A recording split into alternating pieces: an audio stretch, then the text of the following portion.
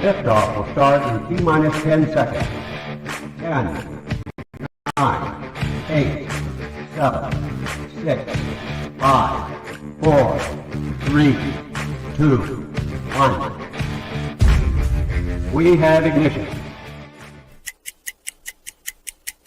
It's time! 17 seconds from Game 7 or from championship number 6. Jordan, open. Chicago with the lead. Harper got a piece of it. It comes off. The Chicago Bulls have won their 6th NBA championship. Tying run at second, 2 out. Palmero over the head of Jenks. Uribe charges, throws. Out! And the White Sox have won the World Series. To the far side around the 8-yard line to Hester. Under it and to the middle with the 15 to the 20. Break 3 to the 25 to the 30 to the outside. 40 midfield. 40 30 in the coast. 20 15 Hester 5. Oh! Touchdown!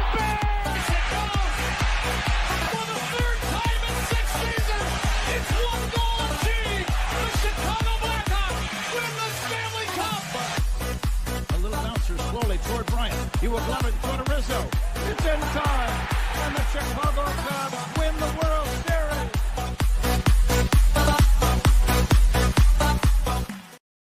What up, what up, what up? Welcome to Shawn and Maya in the morning on this House Music Monday edition. I'm your boy, the SuperBack, Shawn Sierra. Thanks for tuning in. If you're watching us on Facebook Live, well, then I guess you found us on Facebook. And if you're not following us on Facebook, what? Come on, go to Facebook, type in Sports Zone Chicago, click the like button, and now you're following Sports Zone Chicago. Simple. But wait, there's more. Go to the show's page, go to Shawn and Maya in the morning, like that page as well. So not only will you be following Sports Zone Chicago, but you'll be following Shawn and Maya in the morning as well. If you're watching us on our YouTube channel, excellent. And if you're not subscribed to our YouTube channel, for real, come on, man. Go to YouTube, type in Sports Zone Chicago, click the subscribe button, but also click the notification button.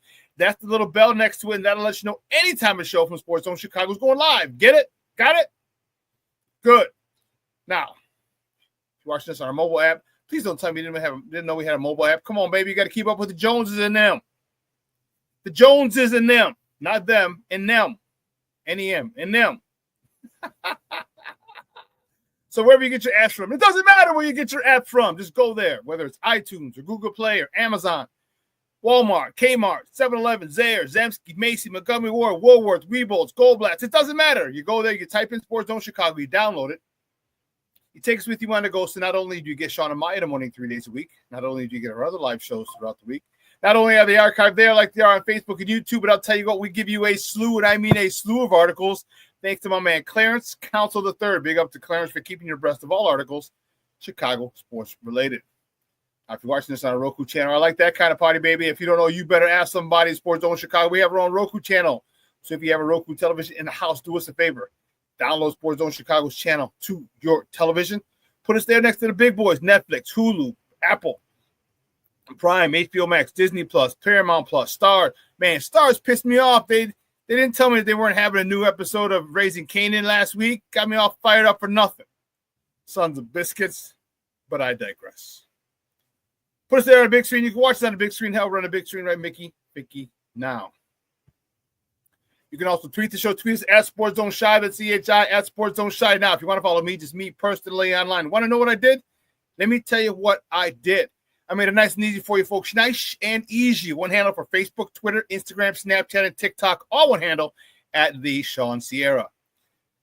Whew, we got a great show, but I need you to get interactive. So whatever platform you're watching us on, whether it's Facebook, YouTube, or our mobile app, leave a question or comment on that platform. It'll come up here in a thread. We'll put it up on the screen. We'll incorporate it into the show. And that, my peoples, is what makes this the best Chicago morning sports talk show around. And that's you. So bring them all, baby. Questions, comments, smart-ass remarks, because ain't nobody skirt over here. And like The Rock said, baby, don't sing it. Just bring it. Man, you are bringing it. Boy, you are broughting it already. You have brought it already. Man, we are jumping in the chat. Let's check this out. Woo, Charlie. Man, that's what I'm talking about. Oh, my man, Armando Emeterio Lara Jr. checking in early. He's checking in first today. He said, good morning, all. Patty Laura's in the house. What's up, Mom? Thank you for tuning in. Says Happy House Music Monday, everyone. Mr. Shode is in the house. It's top of the morning to you. That's what I'm talking about. Rick Gonzalez is in the house. He's checking in. So good morning, Shawn, into the chat. Seth Brown's doing one of our picks was pure gold. Dude, was that not awesome or what? Was that not awesome? FGB. FGB. What? FGB. Shody says, hey, I have phone-in meetings all day for weeks. Now, I won't be able to talk or listen, but I have you on.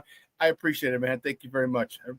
Dude, Shorty, you know I got mad respect for you, all the support you give me, and I really do appreciate it. Thank you very much. Let's see what else. Who else is? Let's see. Levette Lee checking in. She's like, good morning. She's Happy House Music Monday, y'all. Happy House Music Monday, Levette. That's what I'm talking about. Woo! Michelle Walls checking in.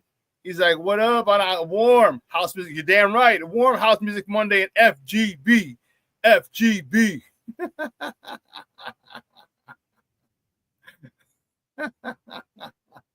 FGB. FGB. Listen, I don't know a lot about a lot, but I do know this. More of the usual suspects will chime in as the show goes on. That, my peoples, I can promise you. That I can promise you. Listen, we got a great show. At 10 o'clock, my man Lester Wiltfong Jr., the editor-in-chief, the head honcho over at Windy City Gridiron, is going to join us. We're going to talk, kind of wrap up this Bears draft class. How excited is he? Man. Wow.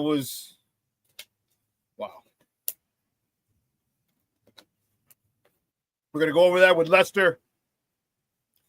And I'm going to ask you guys, and I want you to get interactive, man. I'm going to ask you for some stuff, and I just posted in the chat. So it's going to be another phenomenal show with you, with my peoples. And I...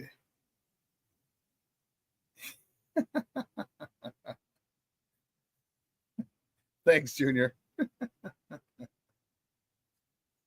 sent me something about people fighting in Wrigley bleachers. There's KY jelly flying all over the place. Electronic toys flying over. I don't even know what's all that about, Junior. I don't even know. Brandon Schutz in the house. What's up, Bubba? How are you? Thank you for tuning in. I appreciate it. Jeremiah is watching. Good morning, Jeremiah. I hope you're having a good day, mijo. I hope you're having a good day. Man, so I am fired up. I'm very, very happy. Very, very happy over the weekend. I'm not ecstatic. I'm happy. All right, the Bears, Ryan Poles is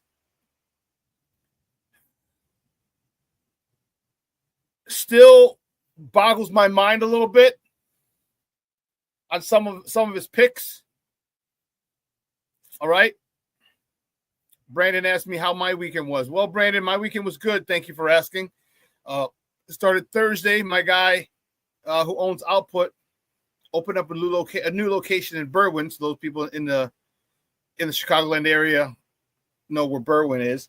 So it's his fourth location. So he's got Output OG, the original one. He's got Output Wrigleyville. He started selling Output out of a ghost kitchen in Las Vegas, which I thought was pretty damn dope. And then now he has Output Berwyn. So he had a friends and family night on Thursday, so I was there. Remember, I told you about it on Friday. Then Friday, I went to go see Cat Williams. That was good. My buddy came in from Michigan. That's his favorite comedian. So whenever he's in town here, or if he's out in Michigan, I'll take a ride out there, and me and him he'll go. The wife he gives him permission to go out. She gives my man Keith, we call him Weddle. She gives Weddle the permission to go out. Anytime Cat Williams is in town here in Chicago or in Michigan somewhere. So he came in for the first Friday night. Stopped at Output OG, the Output on Grand, had wings, had some food before the show, went and caught the show. Saturday was chill. Then yesterday was I stopped at both outputs, Berwyn and Grand. I needed some steak and eggs, so it was good yesterday. The weekend was good, Brandon. I appreciate you asking. Thank you, sir. Thank you. But yeah, each Ryan Poles. I am concerned about if you're talking about Ozzy, right? The 4th round pick, Ozzy. Or you're talking about is it Ozzy that we're talking about here? Or is it no. No, Ozzy was a 2nd round pick.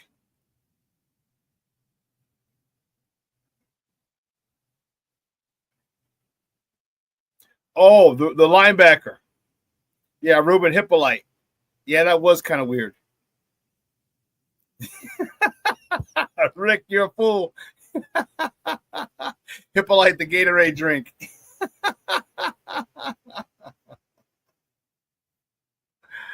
Oh, man. Junior talked about Falcons DC son, part of the crew that prank calls Sanders. What an idiot to do that to your father. Yeah, well, apparently there's no actions are going to be taken against the kid or his father. You know, that's some bullshit. I'm glad you mentioned that, Junior. That's some bullshit. You know, there needs to be some repercussions. You don't do that, dude. You don't do that. All right? And I don't care how you I mean, you're dealing with a life-changing event for most people. It doesn't matter that Shador is rich because his dad's Dion. Doesn't matter. It doesn't matter at all.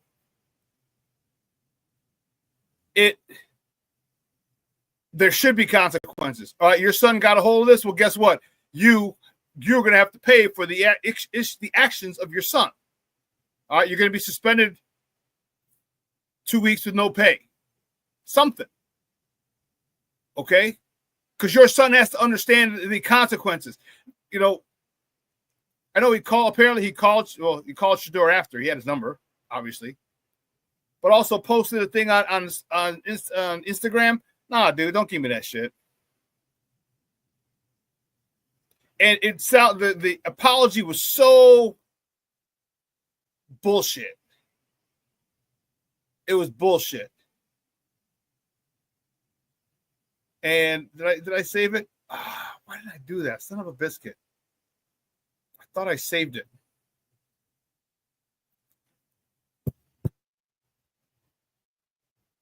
And Shador forgave him. You know, because Shador's like, first of all, I got more money than you.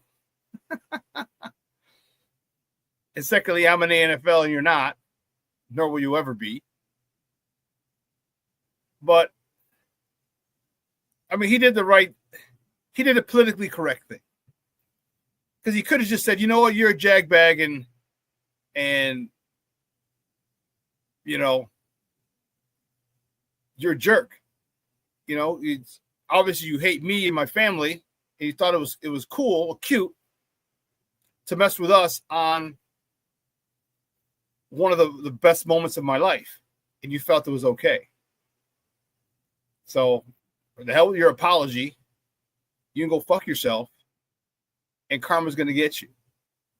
That would have been perfect. That's what he should have said. I feel like I would have said. You know, then again, whatever. Brandon, do not get me started, sir. Do not.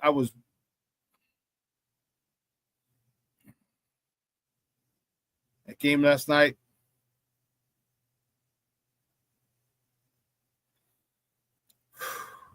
Woosa. Woosa.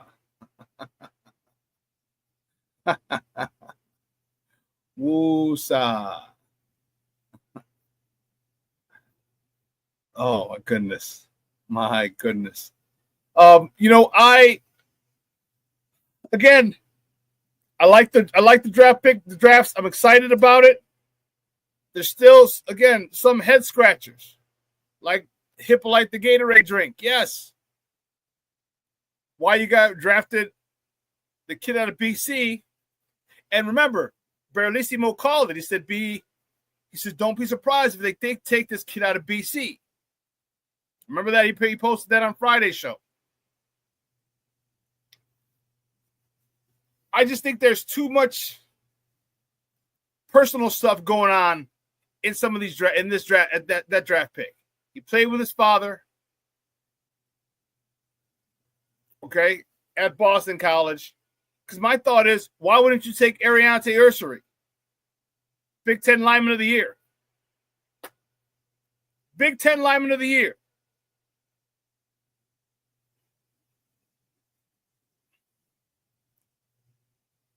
And here's the thing. He's a right tackle. He's played left tackle. But the majority was the right tackle. So now what do we do? You move him back to left tackle? Does he make it? Is he as good a left tackle? I'm talking about Ozzie as he is a right tackle? Or are you moving Darnell Wright, who's a pretty damn good right tackle? Well, you could have just drafted Ariante Ursary, put him at the left tackle, and left him there. That was a Poles pick to me. The first two picks, those were Ben Johnson. All right, you could have drafted a running back. I agree, Shawn, in the 4th round. But I like what I saw. I like what I saw with Kyle Monangai. They got a guy, Monangai.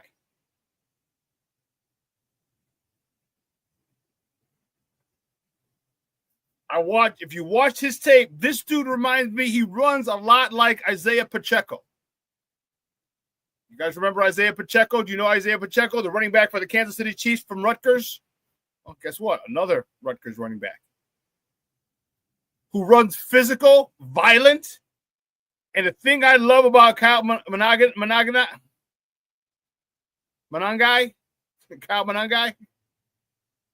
he is not, I shouldn't even say he's not afraid. This Mother Hubbard is a beast in pass pro. He is a beast in pass pro. Steve-O, did I send you that? I don't know if I sent you that clip of him in pass pro. But my goodness.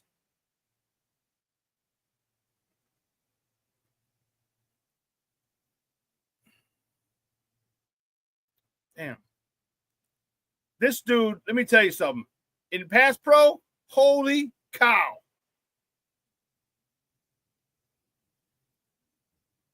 Holy cow. I was very, very, very impressed about this young man, watching this young man in pass pro. That was something to behold. His lateral movement, his ability to bounce in and out quick, fast, in a hurry. Yeah, I like that a lot. But his pass pro, woo-wee, Charlie. See, my only issue is that he's 5'9", 5'8", 5'9". We got a 5'8", 5'9" running back in DeAndre Swift. I wish he was a little taller. And I think he ran a 4.4. No, it was slow. It was a 4.6, I want to say. But he very rarely gets caught, and he runs hard. He runs hard. I like it. I really, really like this cat. I wish I could have seen. And a lot of people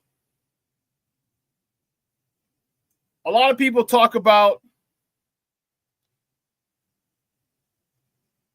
this tight end. A lot of people were like, oh, we got the second best tight end in the draft, blah, blah, blah, blah. Why do we do that? Why do we do? Like, listen. My question to you is this. How do you know?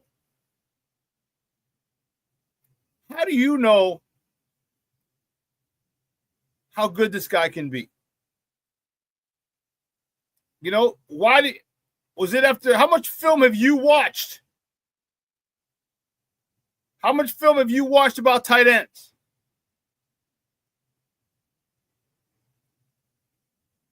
And my question is, how are you going to, I said this Friday, I believe, how are you going to get mad at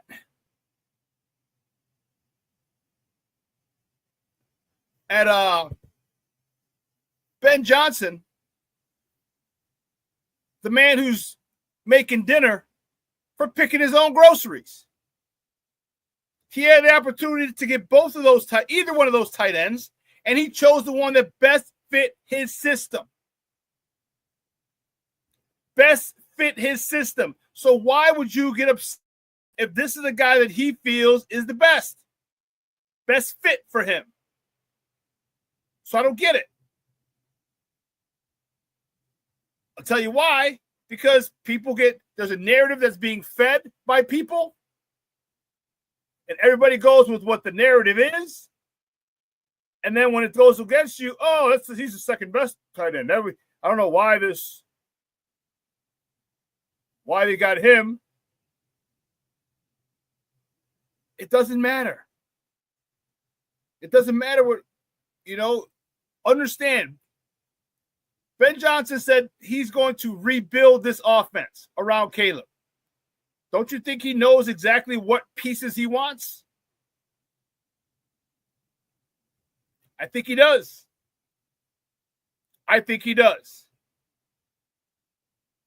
So,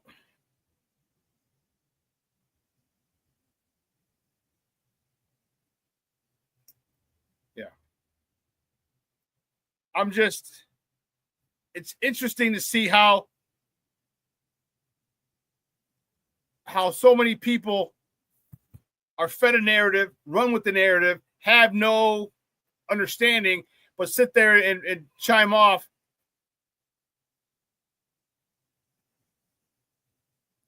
Like I said, Manungai, I like him. I wish he was taller. But if he gives us any type of the production that Pacheco gave the Chiefs, who was also a 7th round pick. Oh, actually, 6th or 7th round pick, Isaiah Pacheco. If he gives us any type of production like that, Charlie, this was a steal. There are people all on social media, people over in Jersey, and people who were fans of Rutgers followers are saying, you guys got a beast. You guys got a beast.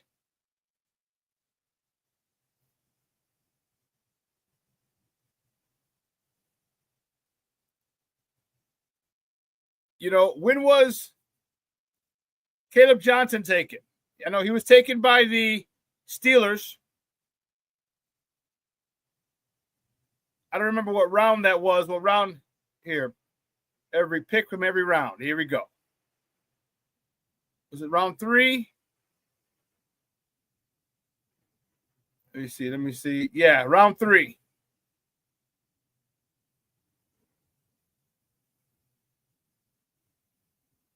Round 3, he was picked the 83rd pick overall.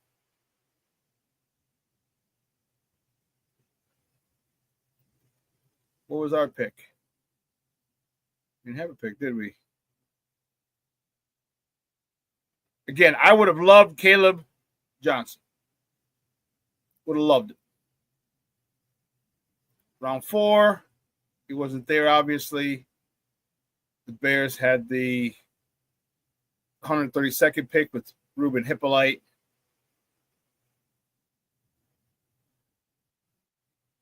Round 2, interesting. He had 3 second-rounders. Got Luther Burden, okay. Ozzie Trapillo, that's the one that kind of like, Shamar Turner. Shamar Turner is a guy that I like. And I'll tell you why. That's right. We trade our third to get back in a second. He has a streak in him that I really like. That's really, really nasty. If you saw, he got kicked out of a game because he punched some dude in the nuts. dude's getting the best of him. So first of all, don't let the dude get the best of you. But secondly, his motor is one. He's very violent and has a motor.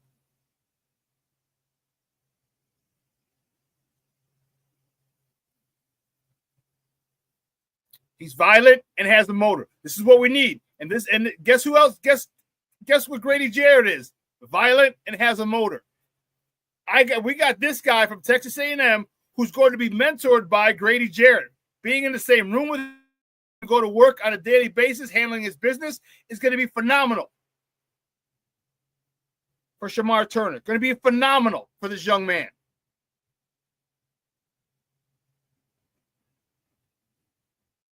King Booker World checking in. Says salute, Shawn and everybody.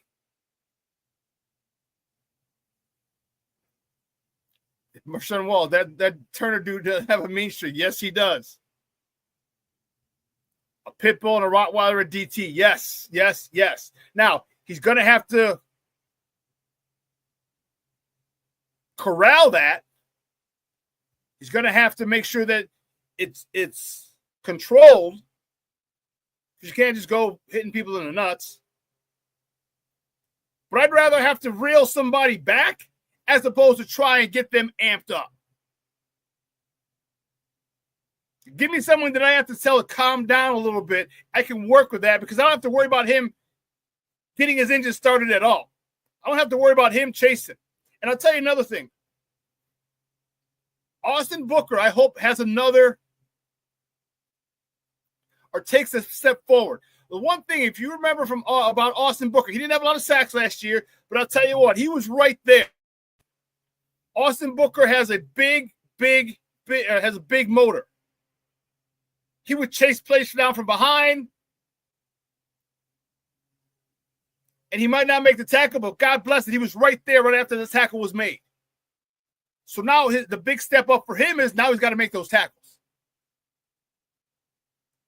Austin Booker, and he's working out with Grady Jarrett down in Florida. He'll be working, and Gervon Dexter, and I'm sure that Shamar Turner is going to be working out with him as well.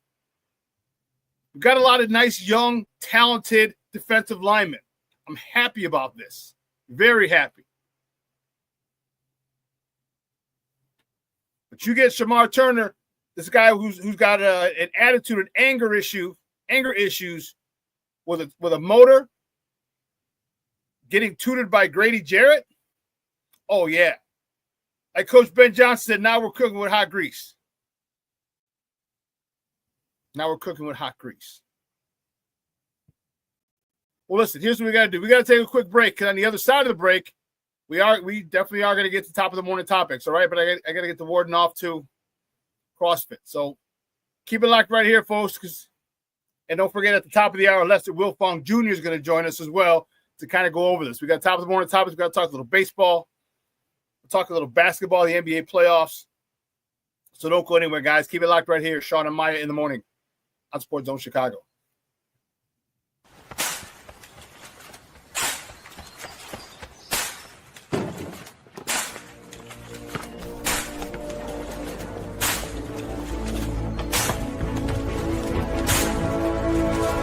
Move it!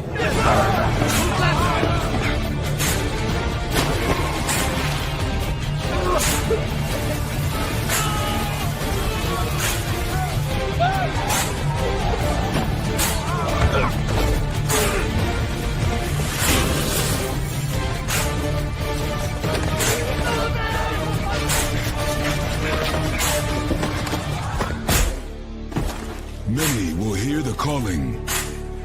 Few will earn the title. United States Marine. The few, the proud, the Marines. Hey, it's your boy, the SuperBack, Shawn Sierra, and be sure to follow Sports Zone Chicago on all social media platforms, on Facebook, Instagram, and our Roku channel. You can find us at Sports Zone Chicago, and on Twitter, we are at Sports Zone Shy. Also, be sure to download our mobile app so you can take Sports Zone Chicago with you on the go.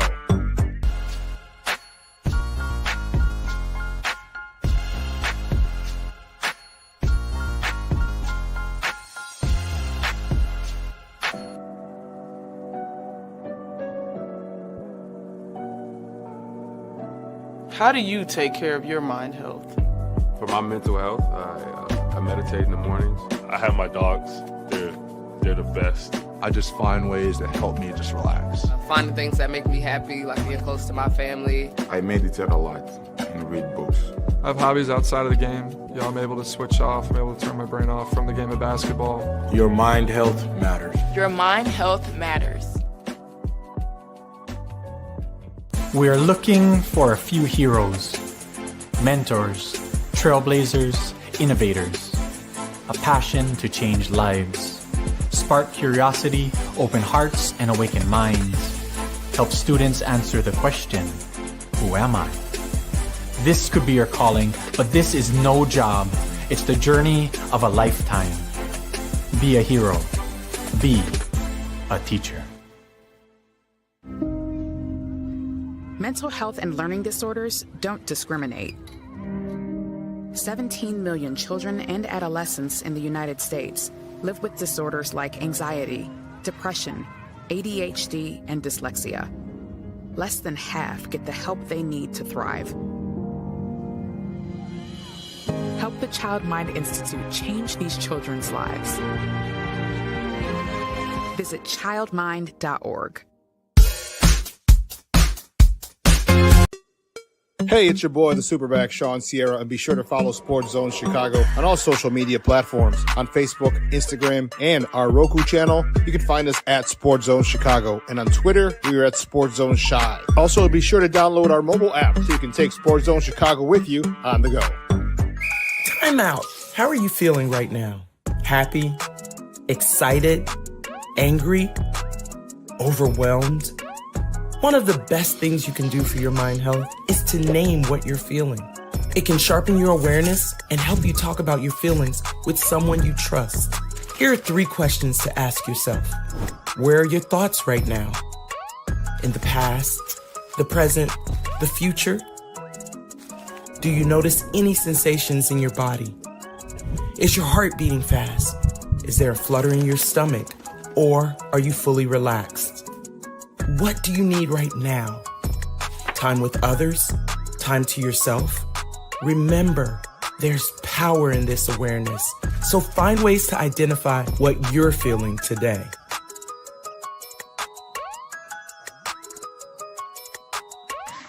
Hi, guys. Hey. Hi, Megan. Hey, Jessica. Megan, you're a tramp. Ryan Fitch told me you guys made out. Everybody knows. He said your breath smells like garbage.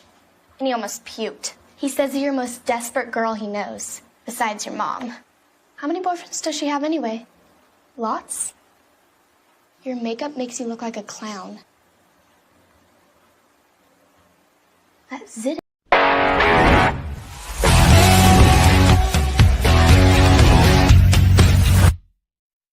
With a 1-1 count here to Palacio. Sends it a long way down to left field. Backing up is Soderstrom. Still going back. And it is gone! Joshua Palacio starts it off with a bang. First home run of the season for Palacios as he smiles through the rain, and the White Sox take a 1-0 lead. Brushes it. This had no shot of staying in the yard. It goes on top of the Sutter Health sign. On the ground, this could be 2. Sosa goes to second for 1. Baldwin's throw is in time for the double play. 2-1 into right field, and that's going to bring in the go-ahead run. Amaya scores from third. An RBI single for Luis Robert Jr. And the White Sox take a 2-1 lead here in the 10th. Welcome back to Shawn and Maya in the morning on Sports Zone Chicago. Those tips courtesy of Chicago Sports Network. Those were the good guys on the south side losing. You saw Luis Robert going opposite field. I'll tell you what, if Luis Robert stays up the middle to opposite field, this kid's going to be unstoppable. He's got to be able to cover the plate. He's got to be able to handle inside pitches. And I'll tell you what, it was good to see him coming up with a duck in the pond in the 10th inning and getting him in. All right, what are we talking about? Get him out, get him over, get him in. Too bad our bullpen, again, the walks killed us. The walks freaking killed us. And you give up a 2-run shot. a 2-run walk-off shot in the bottom of the 10th. We had a chance to add an extra run, but we didn't. Don't get me started. Don't get me started. Don't get me started. Oh, man. Oh, goodness. But anyway, guys, let's get it cracking, baby. You know how we do the first segment of every show. It was called Top of the Morning. It won't come just when you want it.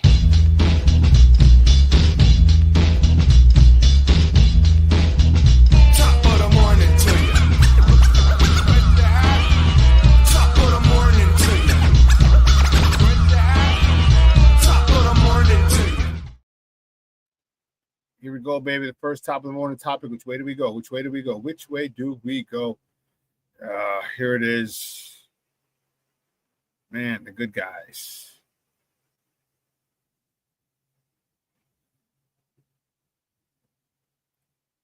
Oh, we did get a steal flyer for that one.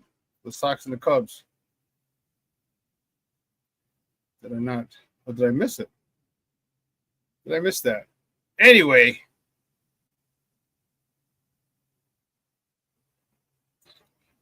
The White Sox, baby. The White Sox fall 3-2 in 10 innings. Wow.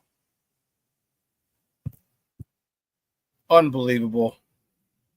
Had it, just couldn't get it done. That was frustrating. All right, Eisner got the start. He only went 1 inning, but then Davis Martin came in, went 6. Eisner got the start. He's no decision. He pitched the first inning, only 2 hits, 1 earned run. Palacios, you saw he was 2 for 4, hit his first home run of the season, driving in his 3rd RBI of the season. Lou Bob, he was 1 for 4 with that Oppo hit in the 10th inning, driving in his 8th RBI of the season. The White Sox are off today. They host the Brew Crew. They travel right down 94, actually 94, through the Dan Ryan, or through the Kennedy, the interchange, up the Ryan, 35th and Shields, to play the White Sox on Tuesday. First pitch is at 6:40. All right, so keeping it moving. The next top of the morning topic. Cubs. The Cubs lose to the Phillies. 3-1 in 10 innings. Jameson Taillon got the start. He got a no decision. 5 hits. 1 earned run. No walks. 2 punch-outs. PCA having one heck of a year. He's 1 for 3. He was 1 for 3 with a double, his 10th, driving in his 19th RBI of the season. Eagle Horner was 1 for 4 with a double, his 4th of the year. Cubs, just like the White Sox, they're off today, but they travel to Pittsburgh on Tuesday for a 3-game set. First pitch is at 5:40 p.m. Central. Next top of the morning topic, the Bears. Only the Bears. Only the Bears. The Bears finished their draft selections on Saturday, and I'll tell you what, I'm fired up about most of them. Again, some of these left me in my head, scratching my head. Okay.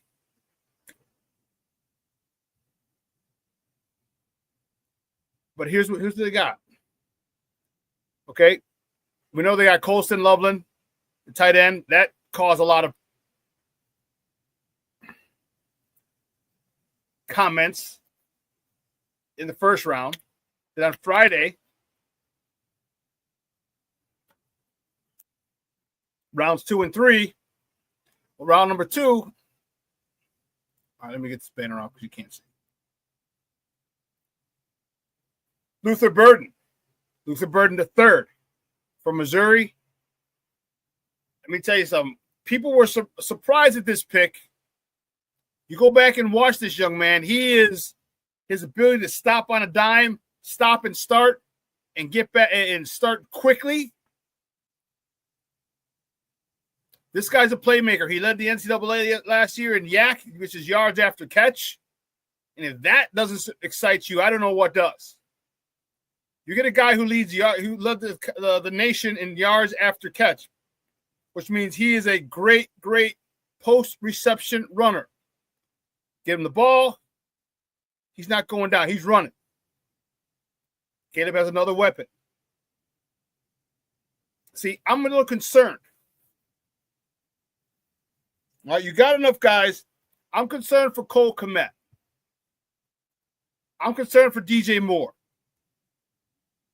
Because I still feel, take this down. I still feel that Caleb is being petty, was very petty last year. He didn't target and force it to DJ, your number one receiver, highest paid Bear. Okay, he went to Rome Odunze, his rookie buddy. So he didn't force it to DJ. He didn't target Cole Kmet, his outlet, his safety valve, his security blanket, either. And I think a lot of it had to do with both of them being well-known or well-stated Justin guys. Call me crazy. I've been called that and worse. But I think he was petty enough about that all season. And I think now they got a new tight end. Now they have other receivers. They got another receiver. I'm curious about how DJ's numbers are going to look this year. Is Caleb going to continue to force it to Rome? Because what if Rome has a breakout year, takes a step forward, and becomes his new number one receiver? What do you do with DJ? DJ's got a big contract. I don't know. I'm really concerned. I love the options. I love the weapons he's got. Don't get me wrong. I do. I love the weapons that he has.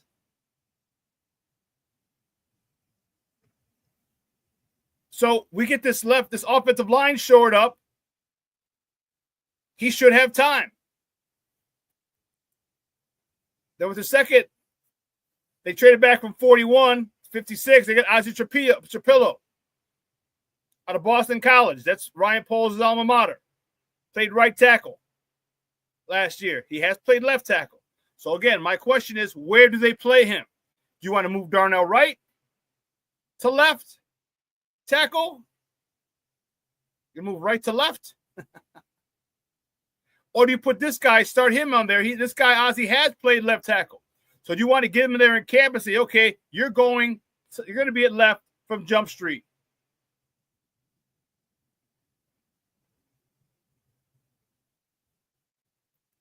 Get him working there, get his feet right, get his momentum right, get his bearings about him at the left. Like, we're putting you at left, and that's it. You're not going to be right tackle. We'll give it your left tackle, and that's it. Now, if they do that, I'm cool with it. I am cool with it.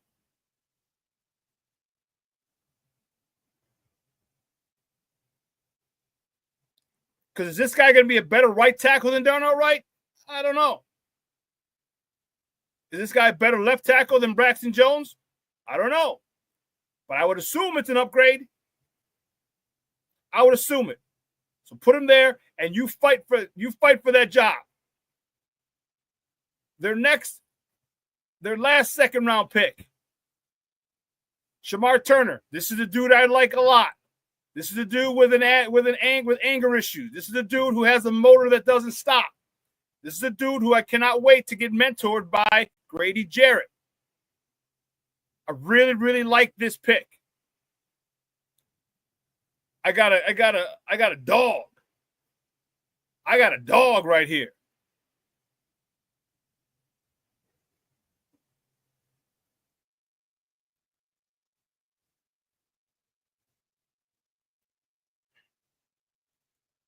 No, Cornelius, if DJ didn't work with Caleb as much as Roman Keaton, they may be the reason why he didn't get as many targets. No, they were all out there together. DJ was out there in California with Caleb. It was well documented. Tons of clips from last year. DJ was out in California working with Caleb.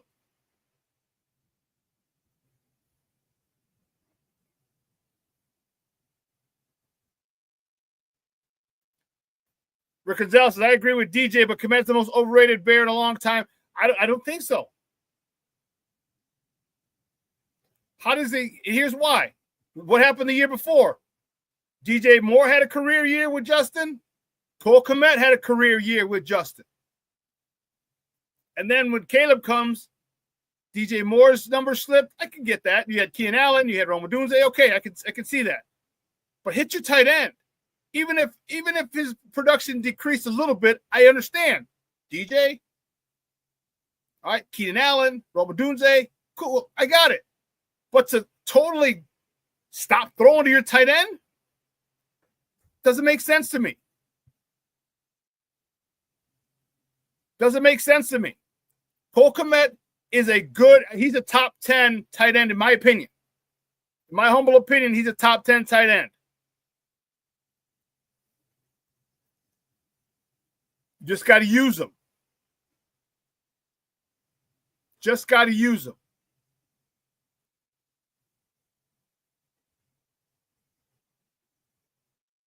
So then they traded the third round to get back into the second round. And in the fourth round, they had Ruben Hippolyte. Third. This guy is a missile. This is probably just a special teams addition. Although they wanted more speed than Sanborn.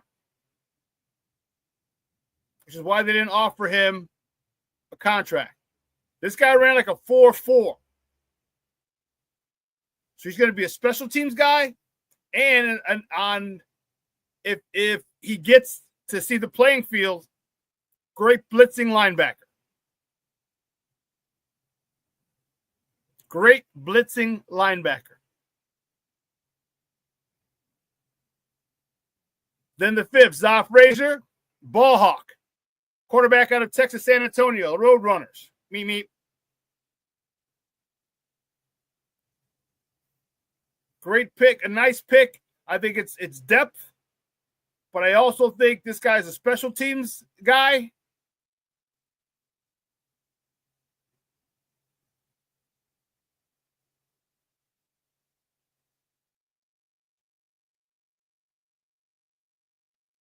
This guy can get up. He can pick him up and put him down. This guy ran a 4.36 40-yard dash. Let me take this down. 4.36 40-yard dash. My man can move. Move. Get out the way.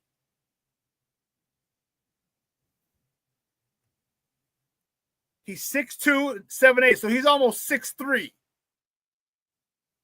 You got a 6'3" cornerback who runs a 4.36 40-yard dash. Okay?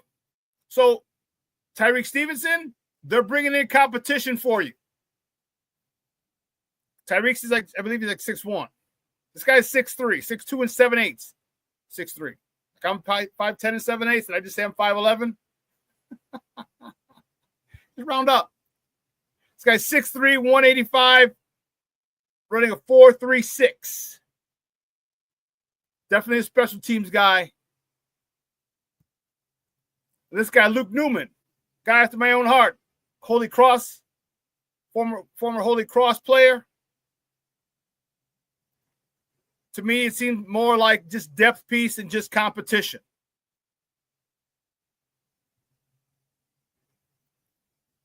The fact that this guy played in the Big Ten is what makes me excited, gets me excited. You're not getting a project. You're not getting a guy. Let's see if he can play against big boys. Let's see. No. You know he can play against the big boys.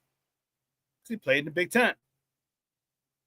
So you bring this type of competition in to shore up that offensive line. I'll do it all day long.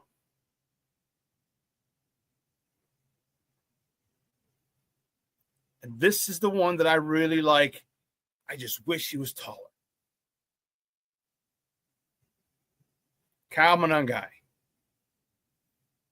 Whew. This young man. To me, this young man really got me fired up.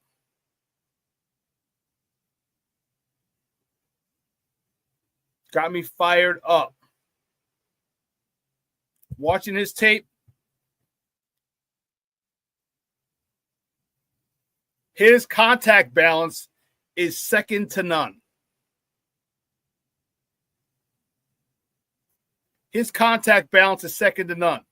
I think he was one of the second best running back in the Big Ten. I think maybe Caleb's a little better. Or was he the second leading rusher in the Big Ten? And other guys went in front of him. I mean, they get it. The two Ohio State guys split time, so it's going to affect their numbers. This guy was the second leading rusher in the Big Ten. And if you watch him again, he doesn't go down easy. He hits the hole. He's physical. In pass pro, he attacks. Like that made the hair on my arms stand up watching him in pass pro. Not afraid. Not timid. You want to protect Caleb? There you go. There's your guy. He can catch the ball out of the backfield. In addition to running hard, catch the ball out of the backfield, and great in pass pro. If that son of a bitch was 6 feet, 5'11", 6 feet, whoo. But again, you don't have to be, especially in this NFL, you don't have to be a first round, second round, third round, fourth round, fifth round pick to be a good running back.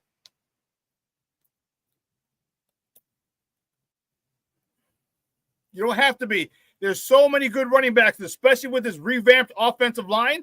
I'm a little excited. Because if this guy turns out to be a stud, we're singing the praises of Ryan Poles. We are singing the praises of Ryan Poles. Now, my issue with this is we didn't get a safety. My issue with this, we didn't get a safety. You know the situation with the damn situation with Jaquan Brisker. You know it.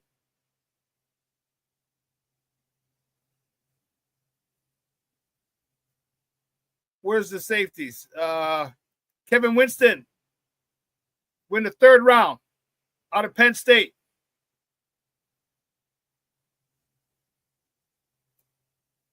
Jonas Sanka went third round, 93rd to the Saints. Xavier Watts, third round, the 96th pick, goes to the Falcons.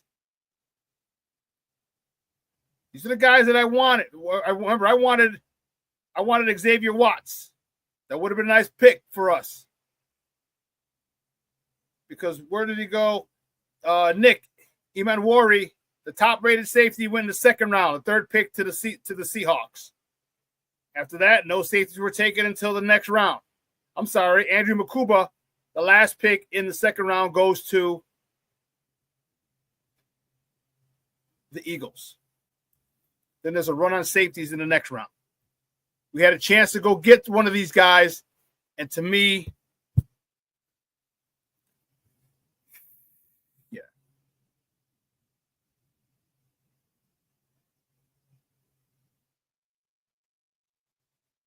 Man, King Walker World, can that Joker block?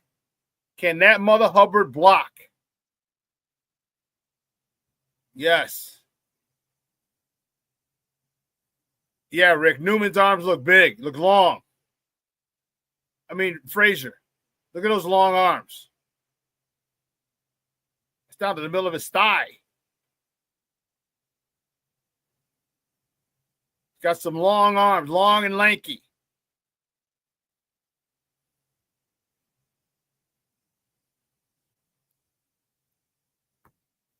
Oh, you got some short arms, Mr. Shorty. No pun intended. I'm 6'2", my arms are 32 1/8. How could any 6'3" or tall dude have arms shorter than me?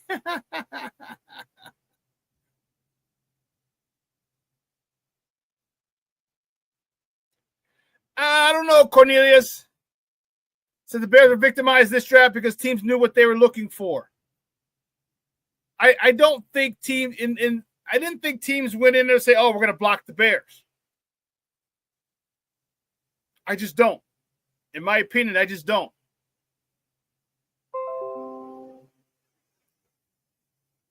There are plenty of places you could take like I said, you look at the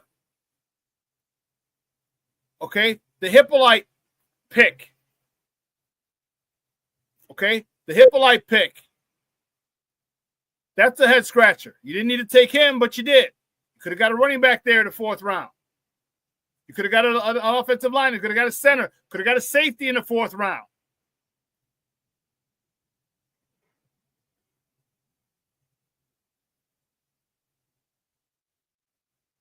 No, the 3rd round's when they all went.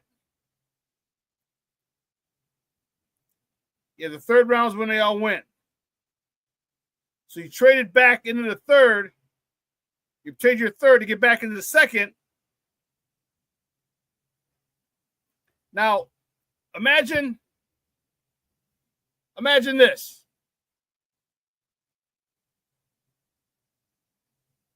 Instead of Ozzie Trapillo, you take Shamar Moore there. Or Shamar Moore.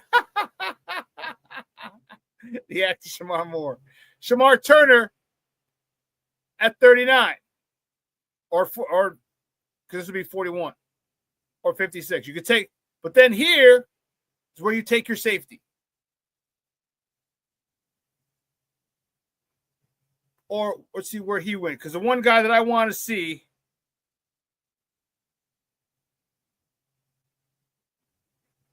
This is 3rd round. Yeah, this like Ariante Ursary went. Oh, he went to the 2nd round. Ariante Ursary went 2nd round. The 48th pick. So we could have had him at 41. 39 and 41, we could have had him. We don't trade back. And then now we're talking something different. Instead of Ozzie Trapillo at 56,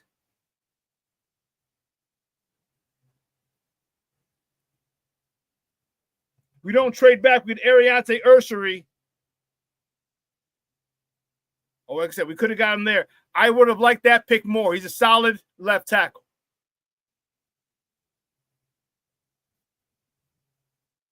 Sometimes we wonder about polls. Like, you were an offensive lineman. You do recall that, right? Like, building the trenches is vital, Mr. Former offensive lineman.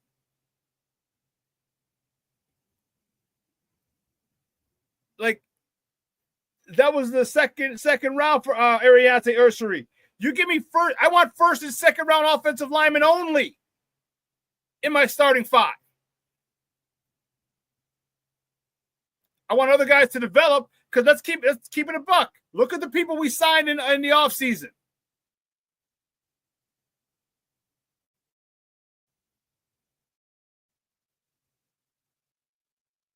Drew Dolman, 4th round pick. They developed him in Atlanta and played. So I don't mind those guys in the 4th and 5th round, but develop them. Drew Dolman, 4th round pick.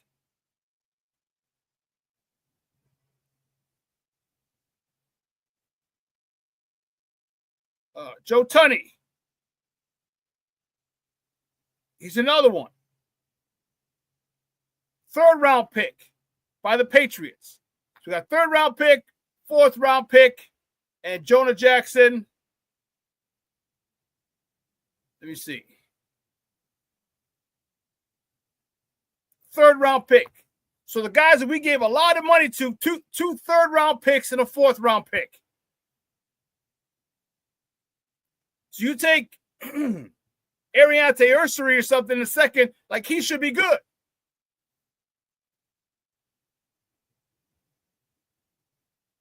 Someone said I think Newman's going to be a center. Actually, I believe that he has played center. Who said that? Let me see. Yeah. Newman will probably become a center, is what you're saying.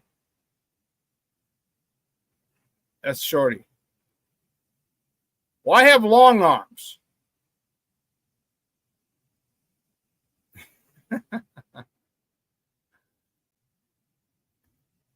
I have long arms. You got to get your, you get dress shirts. Because I was asking one guy at the gym today, I'm like, how long are your arms? Because he was saying something about the bench because that looks kind of high. And I'm like, how long are your arms? He's like, I don't know. I'm like, what, do you just buy CrossFit shit? I mean, what the hell?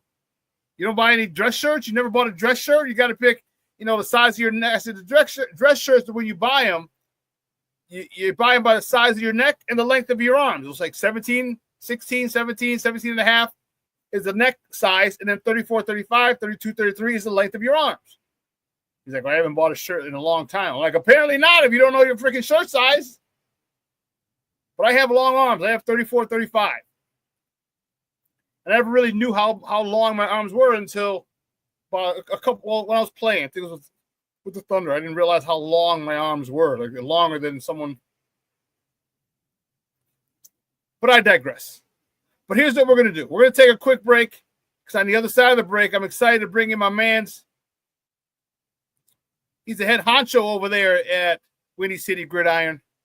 We're going to talk a little Bears. We're going to wrap this up with a bow. Okay, because my White Sox suck, so talking about them. And the Cubs, they lost yesterday, so I was happy as a giddy little schoolgirl, so I was good there.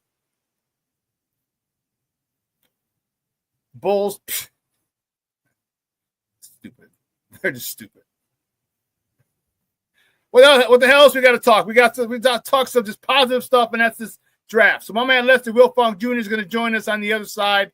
So don't go anywhere, folks. Keep it locked right here. Shawn and Maya in the morning on Sports Zone Chicago. Hey, it's your boy, the SuperBack, Shawn Sierra, and be sure to follow Sports Zone Chicago on all social media platforms, on Facebook, Instagram, and our Roku channel. You can find us at Sports Zone Chicago, and on Twitter, we are at Sports Zone Shy. Also, be sure to download our mobile app so you can take Sports Zone Chicago with you on the go. Time out. How are you feeling right now? Happy? Excited? Angry? Overwhelmed? One of the best things you can do for your mind health is to name what you're feeling. It can sharpen your awareness and help you talk about your feelings with someone you trust. Here are 3 questions to ask yourself. Where are your thoughts right now? In the past, the present, the future? Do you notice any sensations in your body? Is your heart beating fast? Is there a flutter in your stomach? Or are you fully relaxed? What do you need right now? Time with others? Time to yourself? Remember, there's power in this awareness. So find ways to identify what you're feeling today.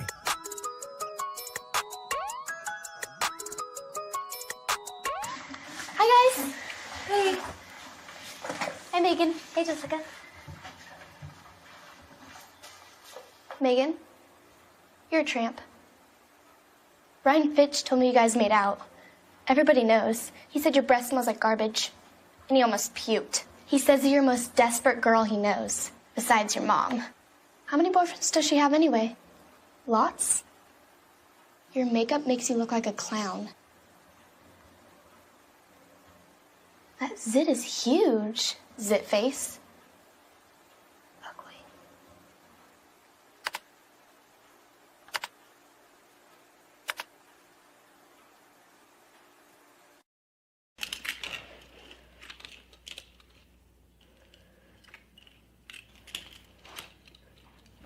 Hey, bud, what you doing? I'm playing with cars. Cars? Can you show me what a car does?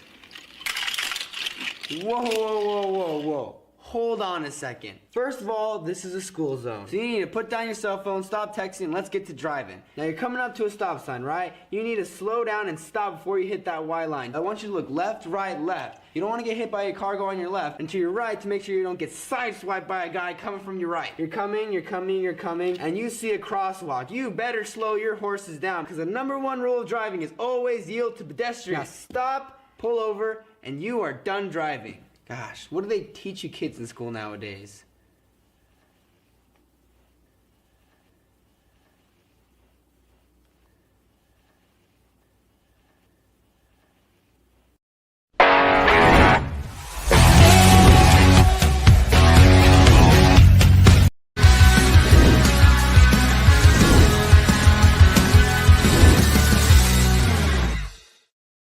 I'll be perfectly honest with you. My favorite player at receiver in the draft is Luther Burden out of Missouri. I mean, he's just awesome. I mean, it's just like a Deebo Samuel with speed kind of thing. So I think Luther Burden is a guy that is going to take the league by storm. I really do. When I was watching him, I was just going, oh my gosh, there's nothing this guy does that I don't just love. And I think he's one of those, when you talk about Deebo Samuel, he plays like that, but he's faster. When you have a physical presence at the wide receiver position, it just does something to your team. Welcome back to Shawn and Maya in the morning on Sports Zone Chicago. Man, that was Chris Collinsworth, and I loved his assessment of it. Watching this guy, he's going to be a baller. He's going to be a contributor immediately. I just want to see that Mother Hubbard run. This guy led the country in yak. I want to see this sucker run. He'll stop on a dime, go the other way, have you sliding, reaching. Oh, damn. But like I said, I think I have to give this overall. Well, I'll talk about my grade. I thought about it, and it changed a little bit after. It changed after, upon further review. Well, let's welcome in my guy, man. He is a head honcho over there at Windy City Gridiron. Good friend of the program. All right, you can find him on Twitter at Wiltfong Jr. Wiltfong Jr. Guys, let's welcome back to Shawn and Maya, Lester Wiltfong. Lester, what's up, Papa? I'm doing good, Shawn. How about you? I am wonderful, my friend. Wonderful. I am happy about this draft. Not ecstatic or over the moon, but I'm happy about it. I think they could have got a safety somewhere. I think they reached for Ozzie. Why did they draft Ariante Ursary? I was calling his name all for the last 2 weeks. Talk to me. What is your grade for this draft? Yeah, I mean, it's obviously you can't grade these guys after the thing, but my initial quick reaction, you B-ish, it's somewhere in the B minus, B plus, something like that. I mean, it's a nice draft. A lot of good football players. I mean, that's ultimately what you want to see your team do, is this bring in football players and let your coaching staff figure it out. They traded back a few times, picked up a fourth next year, which is a pretty big deal. That's a nice move there. The board, Ryan Poles let the board come to him, right? I mean, we saw him kind of get sniped a couple times for running back, it seems. Yeah. So instead of reaching, which maybe Ryan Poles 3 years ago reaches, maybe he takes his next best back on his board there when Travion Henderson is picked. Maybe he just reaches for a back because, oh my God, we need a back. He's like, no, let's just chill. We'll trade back. We'll trust our board and let things happen. So, I think it was an overall nice draft for Ryan Poles, and let's see how Ben Johnson puts these pieces together. Yeah. Why didn't when I say grade the draft, like as far as need? Yeah. So, because obviously we can't grade a draft until 2-3 years down the line. Yeah. Right. So we see. What was give me your thoughts initially on Colston Loveland? A lot of people had some very strong remarks and strong thoughts, pro and con. Colston Loveland, your thoughts? I didn't start looking at tight ends until like a little late in the process because I didn't think that would happen so early. But then as the buzz started growing, as I kind of started realizing, oh yeah, that probably makes sense, especially with how much Ben Johnson likes running, 2 tight end sets. I like them both. I like Loveland and I like Warren. Warren is a little bit nastier of a player. Loveland is a little more versatile as far as what he can do, as far as going splitting out wide, playing a joker role. I like Loveland, man. You watch his tape, and it's like he looks like a receiver, but he's 250. Yeah, he's a big dude. I kind of bought into the narrative that he was a bad blocker, and then I kind of watched some more stuff, and I'm like, okay, I mean, I see where he has improvement, but he's coming from a Jim Harbaugh offense, right? Michigan. You got to be able to block. You got to be able to block. So his blocking was much better than I thought it was when I kind of had a chance to watch some of the stuff. He's a very willing blocker. And I always say, man, if you're a tight end and you're willing to get in there and stick your nose in there and try it and block, if you're not afraid of the contact, you can be coached up, and I think he'll be fine there.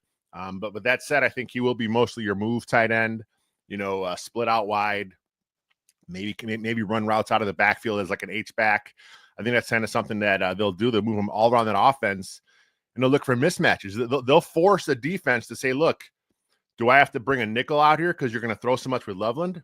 Do I play base and really want my Sam covering Loveland? Or no? So what are you going to do as a defense? This gives Ben Johnson a lot of options. It really does. And my man, Mr. Shorty, Shortino says to remind you, we are RL. Round Lake Panthers. Look at us. Shout out to Round Lake and all their alumni.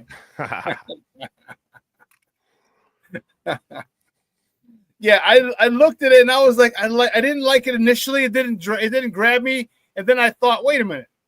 If we want Ben Johnson to cook dinner, let him buy the groceries. Yeah. And he definitely bought that. That was definitely, those first 2 picks were definitely Ben Johnson picks. And as I watch more tape on him, I'm like, yeah, it does make sense. This guy, and he mentioned Sam Laporta's name in his presser. Yeah. And that's what you saw. That's what you see with this guy. This guy gets open. But the one thing that in looking at it, and then I forgot who said it yesterday, I'm like, that's exactly what I was thinking. His ability to find soft spots in zone was very, very Kelsey-like. He finds soft spots in the zone. The way he gets out when his release, and then he just finds soft spots. And it's a skill. Like you see a lot of people, a lot of tight ends just running drags, okay, and trying to out athlete people.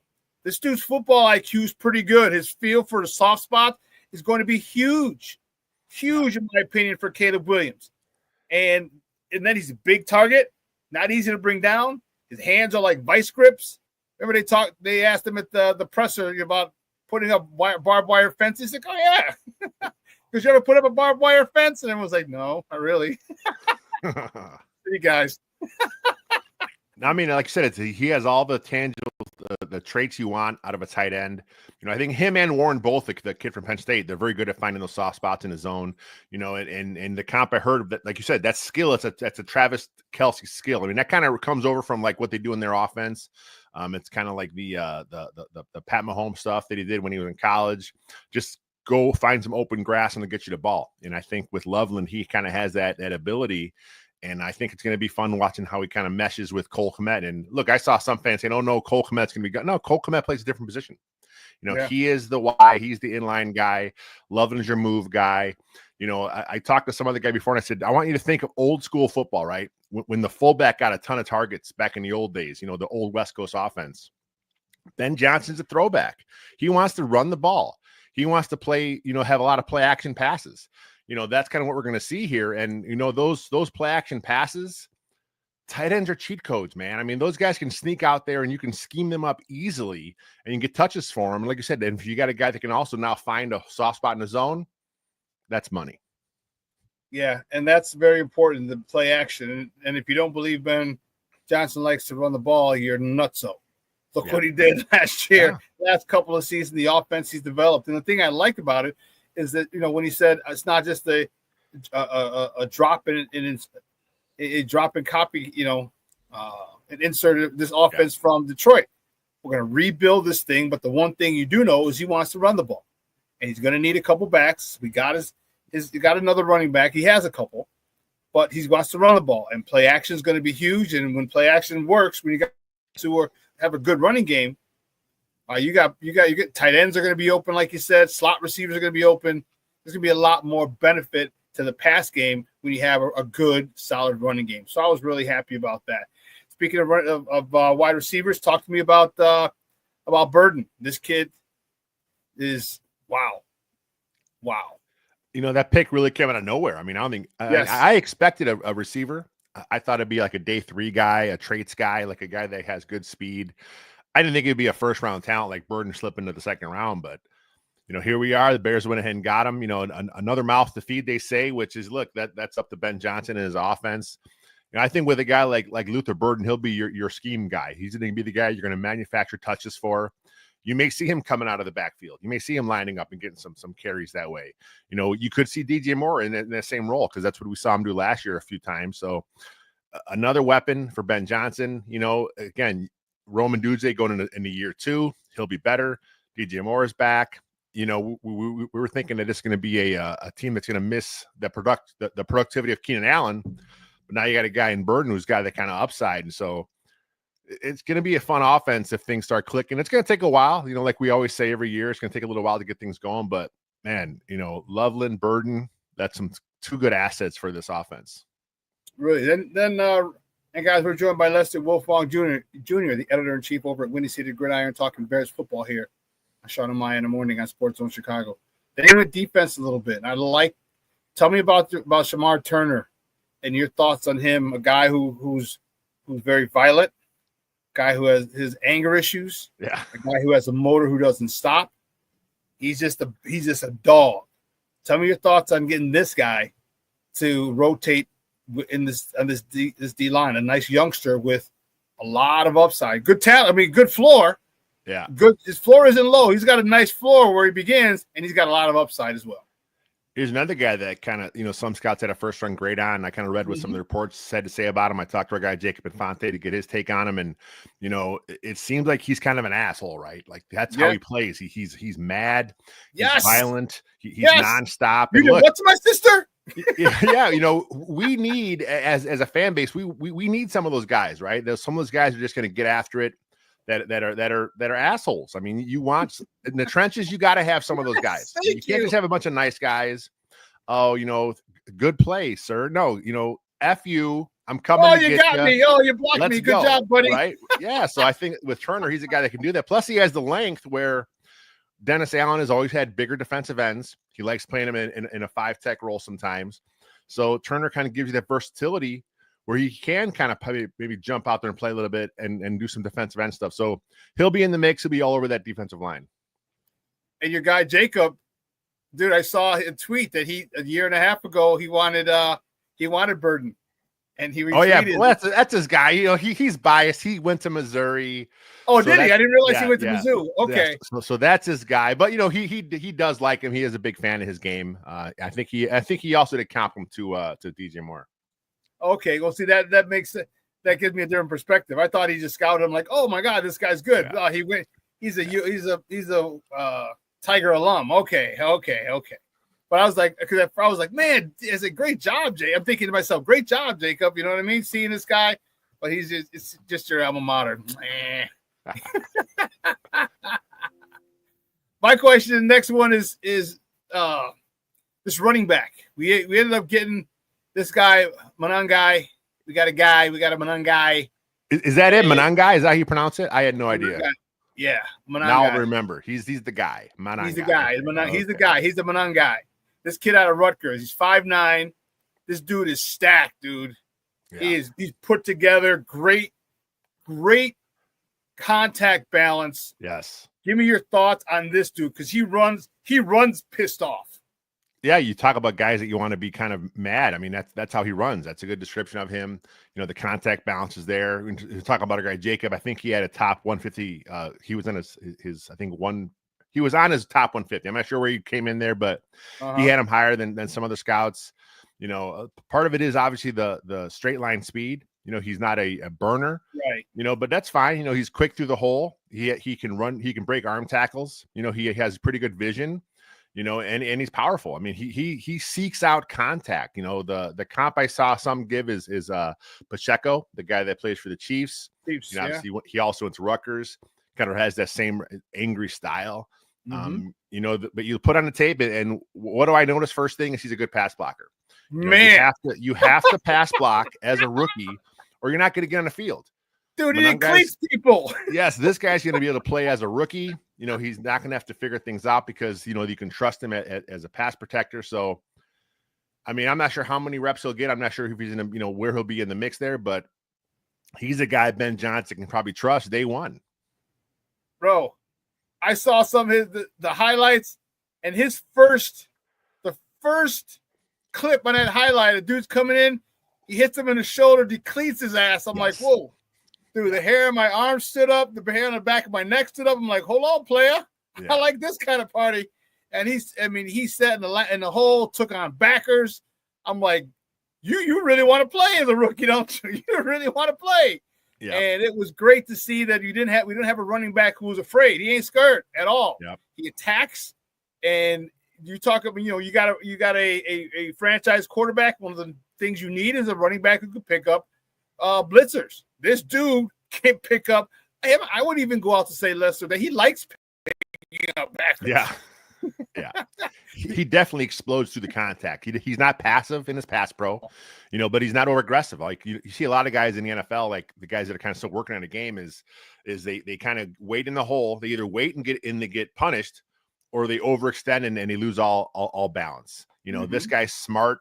He knows when to explode through the contact. He knows when to absorb it. He's just a good football player. Part of it is he's very experienced. I mean, he's had a lot of reps there at Rutgers, so that kind of helps him. Again, he's not a long-term answer for Chicago. We're not going to see him, still as a Bear in 10 years. But I think in the short term, he's definitely a guy that can have some productivity for Chicago. Yeah, I hope so. And what do you think that does to the running back room, to Roshan Johnson, to who's that other guy, the guy who had the ACL injury last year that they kept there? Travis Homer? No, not Travis Homer. The kid Ian Wheeler? Yeah. Wheeler. Free agent. Yeah. I think they're content. I mean, if he comes back healthy, I mean, he has some good speed. So I think they'll be in the mix. I would not be surprised to see them go out and get a veteran running back, just kind of add to the room, because of course Wheeler, you said he's coming off of an injury, undrafted free agent anyway. Roshan Johnson has a role in the NFL. He was okay what he did last year for Chicago. So, worst case scenario, if Rojo's your RB3, RB4 special teamer, occasional short yard guy, that's fine. And then Travis Homer they brought back. I mean, the special teams coach loves him. Everyone thought, oh, he's just a Shane Waldron guy, but he's a core special teamer. Again, we talk about pass blocker. He's another guy. If you have to play Travis Homer, you trust him on third down because he knows how to pass block. So, these guys will have a pretty decent room. Swift will still have a big role, obviously, because they didn't go out and get another burner. So, again, what's Ben Johnson going to do? We saw what he did in Detroit with Swift before. He scaled his touches back, but you look at what he did that season, very, very productive. He had I think his best ever yards per carry. He was pretty good in the receiving game that year with Ben Johnson. So he will find a way to use Swift in this offense.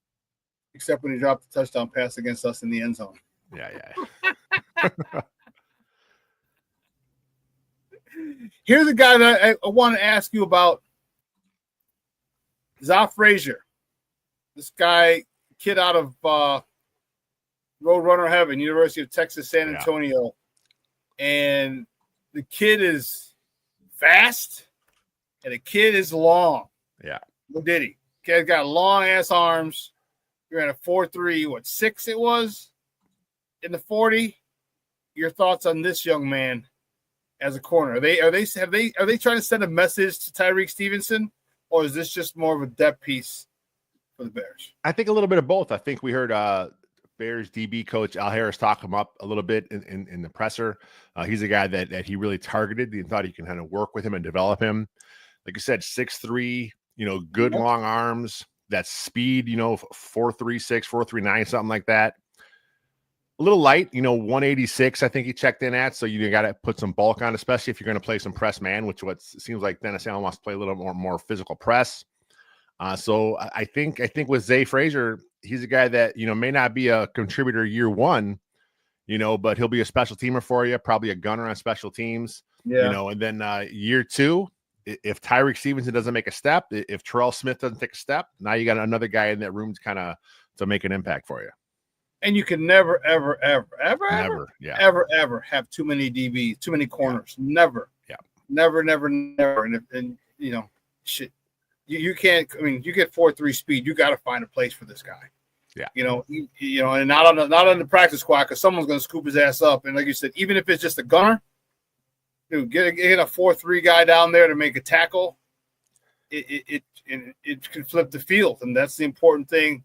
With our phenomenal punter from last year, you get the guy down here, flip the field, good defense, turn the ball over, give our offense short fields. Everything works hand in hand. All three phases to help this offense. So here's the one that a lot of people had an issue with, and me too. I was like, what the hell? This is this guy, Ruben Hippolyte. Someone called him the Gatorade guy because it sounds like you get extra Hippolytes in there. What do you think of this pick? Why do you think they got it? I mean, this kid, they say he's a missile. He ran like a 4.3, 4.4. Yeah. As a linebacker. What do you think this is? This more addition to depth and special teams, or what's the issue? Why this guy and not, another position, another guy or another position? Well, I mean, it's always funny because when the Bears, it's not just Bears fans, all fan bases. When your favorite team takes a guy that's not on your board or not a guy that you've seen mock to the Bears or your favorite team, everyone's like, oh my God, they're really reached for a guy. Well, look, they're not reaching. This is where he was on their board. It could end up being wrong. I mean, that could end up, being an overdraft, but this is where he was on their board. I want to say that the Chiefs had him in for a workout. The Chiefs were for a top 30 visit, so the Chiefs were on him as well. You heard the Bears talk about a few months ago. They want more speed on defense. Yes. Okay. Here's a guy that played the middle for Maryland. He had the green dot. He was their play caller. He was a team captain, so he must have those intangibles the Bears like. You talk about the speed, 4.39 between 4.39 and 4.42. Okay, well, that's pretty damn fast for a linebacker. So yeah, it is. I think he'll slot in as a backup at the weak side, backup TJ Edwards. He may get some reps here and there. He's got to work on his pass coverage a little bit, but he was a pretty good blitzer in college. Mm-hmm. Again, you said speed is there. So worst case scenario, as a rookie 4th round pick, he may be a core special teamer, which, by the way, he played a lot of special teams at Maryland. I think I saw a stat like 500, 600 snaps in college. So he knows how to play specials. He'll be a core special teamer. And then if he can develop some of the other things in his game, which is up to the coaching staff, now maybe he's your TJ Edwards replacement eventually. How important is that, or how much do you think the Bears value that? All right, this guy was captain, played a green dot, and a lot of special teams snaps. You said 500, 600 snaps. What the hell, dude? Yeah. Like, that is a lot. I mean, so he must have been playing special teams as a freshman. I know I was fortunate to do that. I traveled as a freshman that played special teams. Yeah. How important is that in their evaluation to have a guy like that? So he's a captain. So you talked about the leadership, the traits, the integrity and the trust that his teammates had in him to vote him captain, the production, the speed, how important is it though? And more importantly, are the special team snaps in evaluating a player? How important do you think it is for the Bears? Because a lot of these guys have a lot of special teams experience. Well, I think Ben Johnson, by him retaining Richard Hightower, by him wanting to keep things intact on that phase of the game, I think it kind of shows you that Ben Johnson, he has that old school mentality. We think of him as an offensive guru. I mean, he understands the game of football, right? He understands that all three phases have to work together. So I think that's part of the evaluation process. And we've always seen Ryan Poles go after these nice guys, quote unquote nice guys, locker room good guys, good off the field, high character guys, high character traits. And we talk about how you want to have a bunch of assholes on your team. Well, you got to counterbalance that, right? You can't have all a bunch of jerks in your team. You can't have all a bunch of angry, just mad dudes. You got to have some good dudes too to kind of balance out that. So I think a guy like Hippolyte can come in. Again, he's a rookie. He's not going to take on that role right away, but eventually, as he establishes himself in the locker room, some of these leadership and these character traits will kind of come to fruition and help balance out some of those guys that just want to just get after it and just be total assholes on the field. How concerned are you with the surgery that Colston Loveland had to have? And then as we realized, and we found out the last couple of days that he had that shoulder situation during the season. Yeah. So some of his production this year. His production this year was reduced in a couple of things. They had horrible quarterback play. All right, horrible quarterback play. When they won the Natty 2 years ago, he was 600+ yards, 4 or 5 tutties. He had a quarterback in J.J. McCarthy, Chicagoland's very own. But his production is down. That's why people who don't know football are like, well, look at the numbers. Him and Tyler Warren. Like, look, Tyler Warren's first 3 years. Don't even all combined. Don't come close to the numbers he had in the national championship. That Loveland had in the national championship game on that season. So, it's a lot of factors. But how much do you think that's going to hinder him, his shoulder issue, as he's in the process of recovering from it and rehabbing?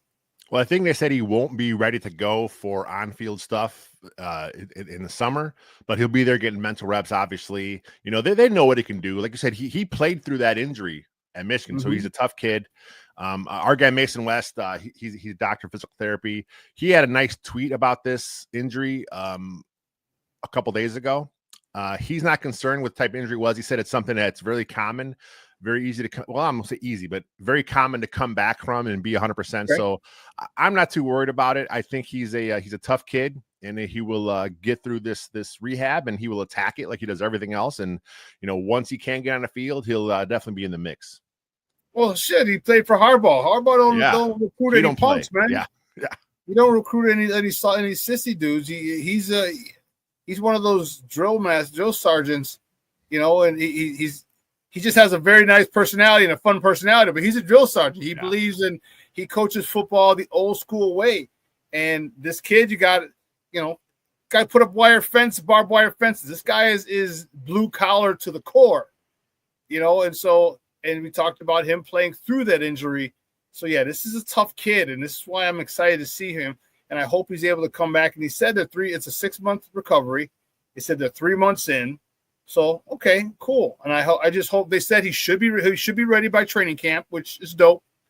And I really can't wait to see what this guy does. I can't wait to see what Ben Johnson does with this guy and how – because if this guy does anything like Laporta, Jesus Christ, like that ball's going to be flying around. You know, not a lot, but it's going to be flying around, and there's going to be a lot of yak with a lot of people. When you got the leader in yak in Burden, you got this guy finding soft spots. You still got DJ Moore. You still got Roma Dunze. This is really, really, really explosive. How excited are you to see how Ben Johnson puts all this together with all those guys on the offensive side of the ball? I'm a huge Ben Johnson fan. I have been for a few years. I wanted him to be signed by the Bears a couple years ago. I was over the Flus experience for a while. He was always my number one target. I was really hoping they would get him just because he, like I said, he's a throwback, right? We think of him like, oh, he's this mastermind, this trick play dude. You know, that's fine. He does have that in his bag, but you know, he is going to run the ball. I mean, if you look at the Lions, you know, during his time there, they were in the top third of run pass ratio. You know, he wants to run the ball. He understands you want to be physical. He understands you want to get after it in the run game. He understands the play action is such a core concept. Well, whether you can run the ball good or not, he's going to run play action because it's effective, right? The Bears last year were much better in play action passes than they were in just regular passes, and the run game stunk last year. So now you got a guy that understands how to scheme up the run game, how to marry it with the run looks, you know, and he'll give you a bunch of different looks, and it all makes sense for a change. So I think it's going to be fun to kind of watch how he kind of puts the guys together. You know, Rome, DJ, Burden, double tight end sets, you know, Swift out of the backfield, you know, so a lot of weapons, a lot more under center stuff we'll see this year, which kind of bodes well to the play action and to the run game. So it's exciting. I'm excited to see what happens here. You know, we got to see how it all comes together, but, you know, in Ben Johnson, we trust, right? We got the head coach we wanted. We got a quarterback with high upside. You know, if it doesn't happen for the Bears with this regime, it's never going to happen, man. Dude, don't even say that, dude. It's like they did everything for this guy, revamped the offensive line, weapons out the yin yang, upgraded defense. The defense could be a top 5 defense. Yeah, if it don't happen, it reminded me of my White Sox when they had all that talent, TA and Eloy and Lubob, and they screwed it up with the manager. And now we're back at it. Let's look at the prospects. Yay, we got great prospects. So if it doesn't happen with these guys, I don't mean this year. I think they're going to make a nice run. Yeah. I was arguing with somebody yesterday at the bar. I'm like, they should compete for the division. He's like, no, wild card. I'm like, who are you scared of? I said, who are you scared of? I said, Minnesota's got a rookie quarterback in JJ. All right, he didn't play last year, so it's his first year starting. Green Bay likes to throw the ball to the other team. I don't know why. Okay, I will take it. And Detroit has a first year, has a brand new offensive coordinator, brand new defensive coordinator, and a lot of guys left. The coaching staff. You know, we got Chicagoland's own Antoine Randall. We got, you know, some other people as well. They got a lot of coaching issues. Like, I'm not really worried about another team. Like, oh, that's the team to beat. I think the Bears are a team that can legitimately, I didn't say they will win it. I said the Bears have a great shot to win the NL Central. Your thoughts? Yeah, I mean, they'll be in the mix. I mean, we saw last year there were 3 teams. They're all bunched up at the top there. I think the Vikings may be due for a little bit of regression. The Packers may be due for regression. The Lions are still a pretty good football team. Dan Campbell's an outstanding head football coach. But like you said, they've got some adversity. They have to deal with a couple new coordinators. You know, they lost some players, lost some assistants. You know, they may not win as many games as last year. So we see it all the time, man. Every year, some team goes worst to first. That's what I said. This could be the time for the Bears. You know, last year the Bears were not a 5-win team. They should have won more games. Coach Flus choked away a few games there last year. He's choked away a few games a year prior to that. You know, that's who he was as a head coach. You know, look, Ben Johnson has to prove he can manage a team. He has to prove he can manage a clock. But I'm telling you, man, no one's going to be as bad as what we saw with Flus. You know, so it's going to be a step up. You know, I know Vegas has Bears pegged at 8.5, which is one of the bigger jumps over the previous season. So they're expecting at least a 3-game increase. So if you go the over on that, and right now you're at 9 wins, that gets you definitely in the playoff talk in the NFC. Right. They get a couple breaks here and there. Things kind of mesh like they do. Loveland, Burden kind of comes together. The O-line stays healthy. You know, yeah, it's a lot of ifs, but, you know, that's what the offseason's for, right? This is the time for hope. So why not? Why can't the Bears compete for the NFC North? You channel inner Derrick Rose because, you know, why not? Why not the Bears? Why not? Why can't? Yeah. I agree, and I'm excited because I think they're going to. I see the moves they made, and the only question now is can Ben Johnson put it all together? Yeah. All right, he's put together one offense in Detroit, all right, but there's other issues. It's not just calling plays now. He's got to, like you mentioned, the time management. Got to make those calls. 4th and 1. What are we going to do? What's his identity going to be? How's he going to establish that? Because if he establishes the identity that I feel he's going to do, and that's just we're going to punch you in the mouth with our run game, things are going to be a lot easier. And the reputation is going to quickly spread through the NFL, especially with guys like Monangai and DeAndre Swift and Roshan Johnson. Like we're going to have to do the push tush. We're not going to throw quick screens for 4th and 1. We're going to punch you in the mouth. Stop us if you can. I got 3 tight ends in, right? We're handing the ball off. Stop us from gaining 3 feet if you can. And if that's the mentality that he has and the identity that he creates, man, it's going to be a fun one over on the lakefront. That's freaking sure. Real quick, the defense. How do you feel? They're going to play a little more man. Yeah. We still got a little questions about Tyreek Stevenson, but overall, your thoughts on this, on the defense going into this year with the new additions that we have with Dennis Allen. You know, give me your thoughts on how you feel the defense will play this year with the new head coach and the new additions. Yeah, I think we may see a veteran edge added at some point. I think that's probably the one thing that you're looking at the roster. You're like, well, they got 2 good starters. They're comfortable with. But I mean, right now it's Austin Booker. And look, I love Austin Booker's upside, but you know, can you count on that? On him taking a big step year 2? I'm not quite sure they can.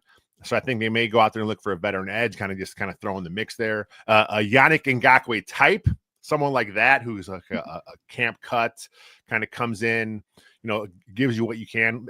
A guy like DeMarcus Walker would have been good in that role. I still am a little puzzled why they let him go, but you know, it is what it is. So bringing a guy in, but yeah, the D line, Dennis Allen he'll generate pressure, right? That's one thing as fans are like, well, how come Flus doesn't blitz more? Why doesn't he run more games up front? Where's the stunts? You know, Flus is more content with, hey, my front 4 has to get after it. You know, we saw him blitz a little bit towards the end there because he had to, but we're going to see Dennis Allen going to run some games. He's going to have some tackle picks where guys can come around and loop and get some plays. He's going to blitz his guys. He's going to blitz his corner. He loves blitzing his nickels, you know.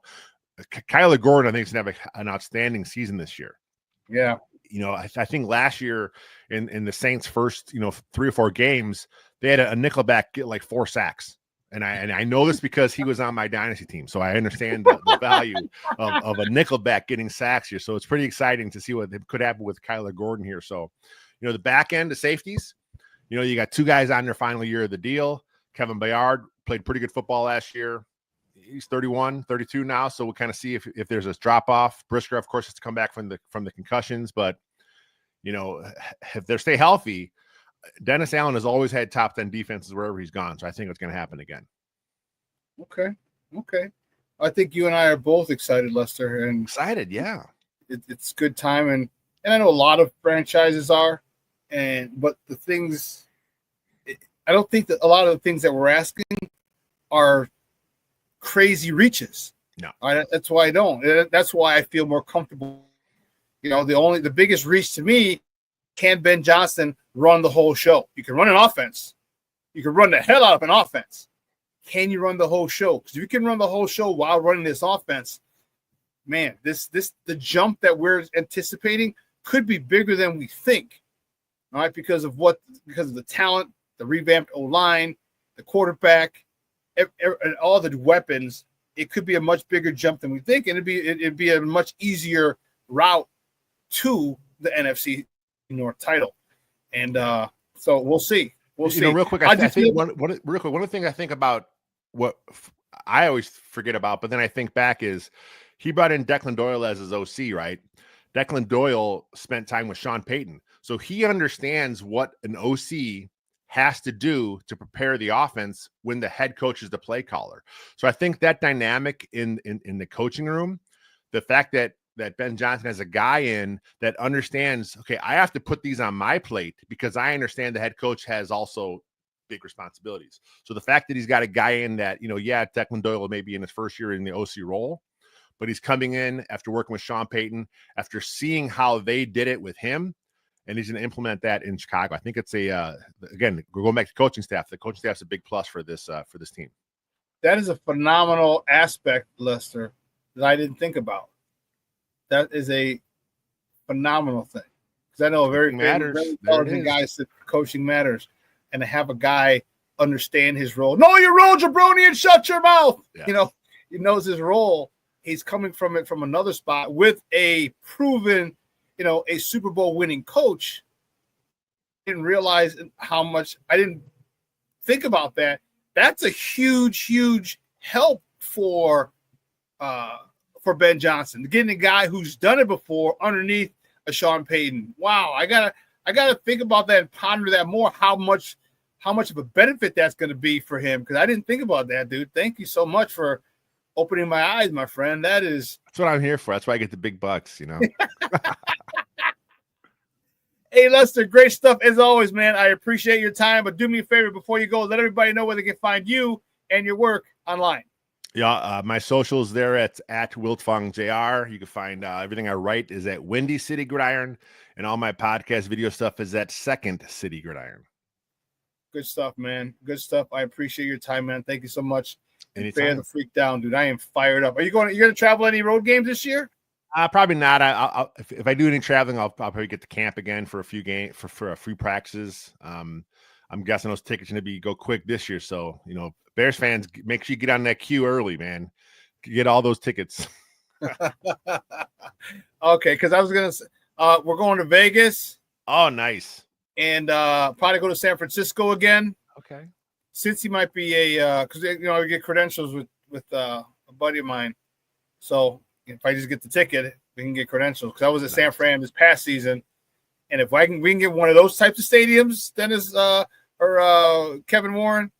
Woo, Charlie, San Francisco was nice. The press room was nice. They made omelets for us. There was a nice long line. They had 3 people cooking omelets for the media. Oh, I'm man. like, oh, shit. Okay. So, yeah, I'll probably go to San Fran and Vegas. And, for that, that'll be dope. That'll be dope.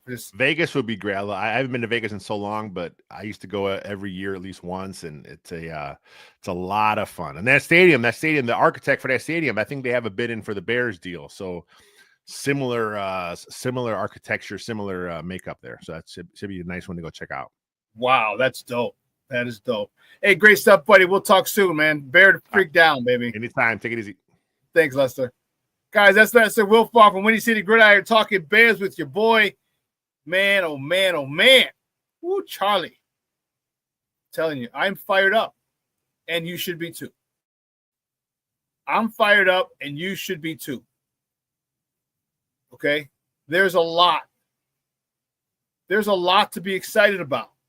Right? And it's not just, and I know a lot of people are excited right after the draft, like we were excited last year, but we didn't understand, or we didn't realize that that Eberflus was going to have so many brain farts and his coaching incompetence was going to rear its ugly head.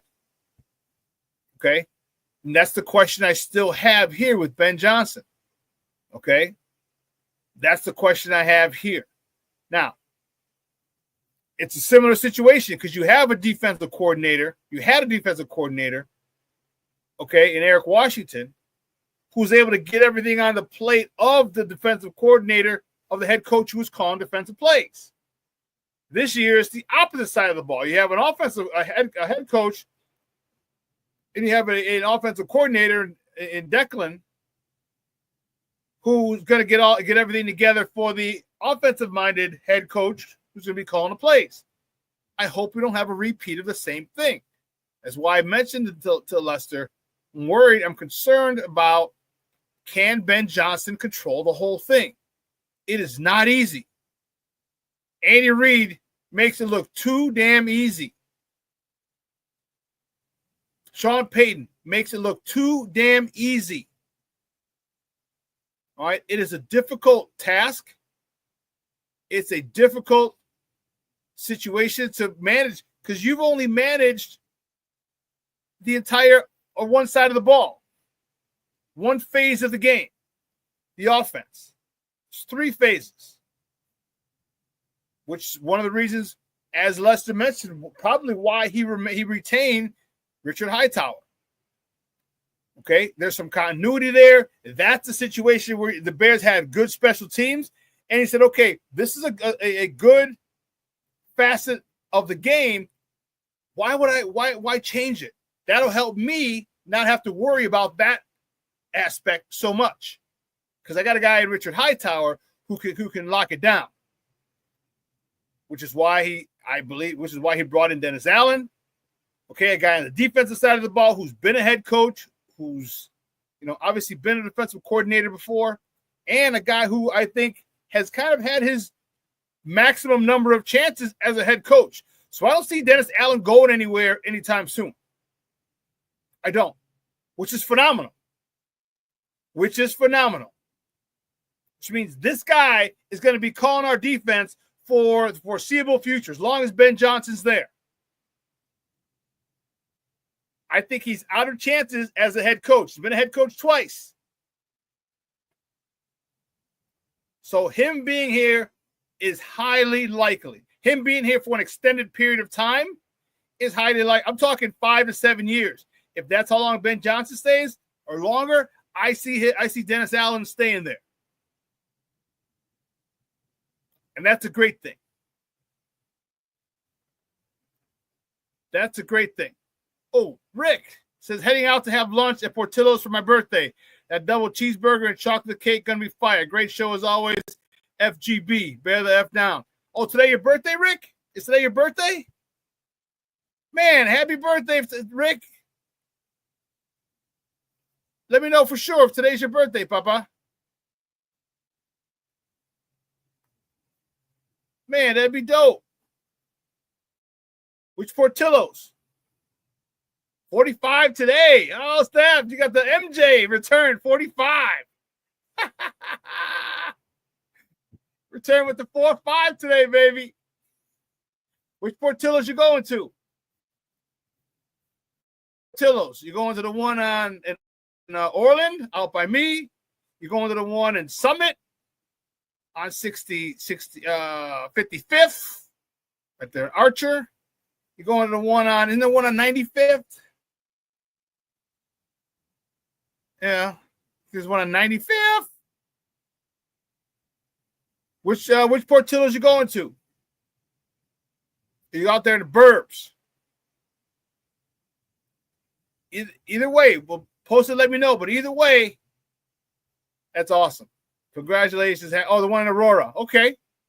Cool, man. Happy birthday, Papa. I appreciate you tuning in on your birthday. Much love. Man, and may you have a phenomenal birthday today. Have a phenomenal birthday. Man, now you make me want to get some Portillo's, bro. Damn.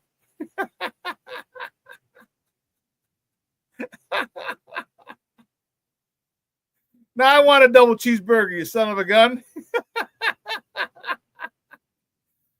double cheeseburger with cheese fries or fries and a cup of cheese. Oh, man. Antmon's checking in. He's like, bear down, James, FGB. Dude, can you listen? That was all I got to say was that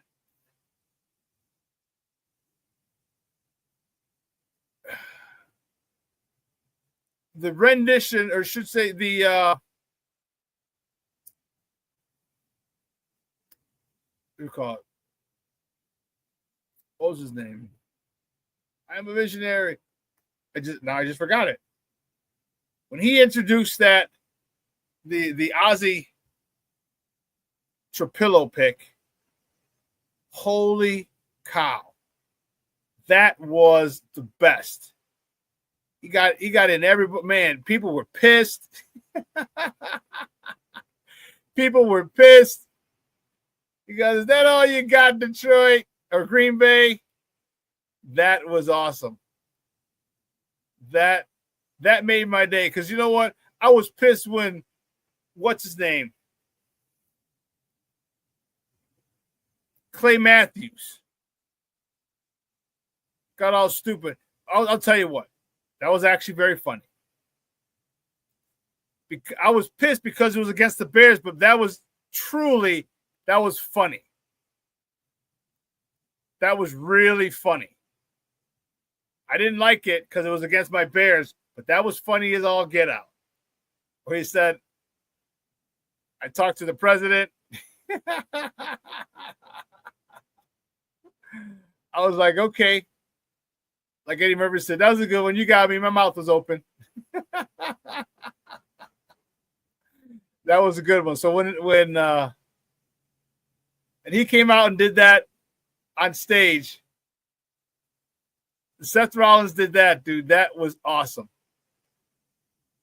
That was awesome. You know what? It was so awesome. We got time? Yes. I think I want to play this because I think it was freaking hilarious.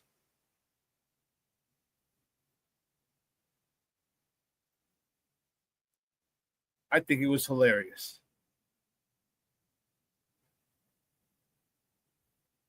Here we go.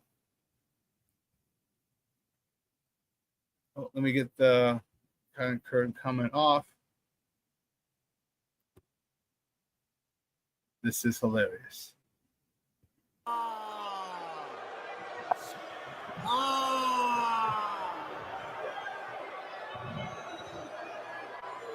Green Bay, Wisconsin!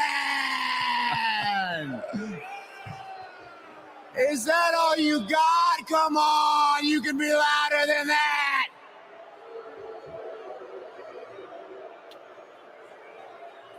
I know y'all mad because championship gold looks good on the blue and orange. But in all seriousness, Green Bay, we are in the shadow of Lambeau Field. And I love Lambeau Field. This is awesome. Because the king of the North, the best quarterback in the NFC North, Caleb Williams, is undefeated at Lambeau Field.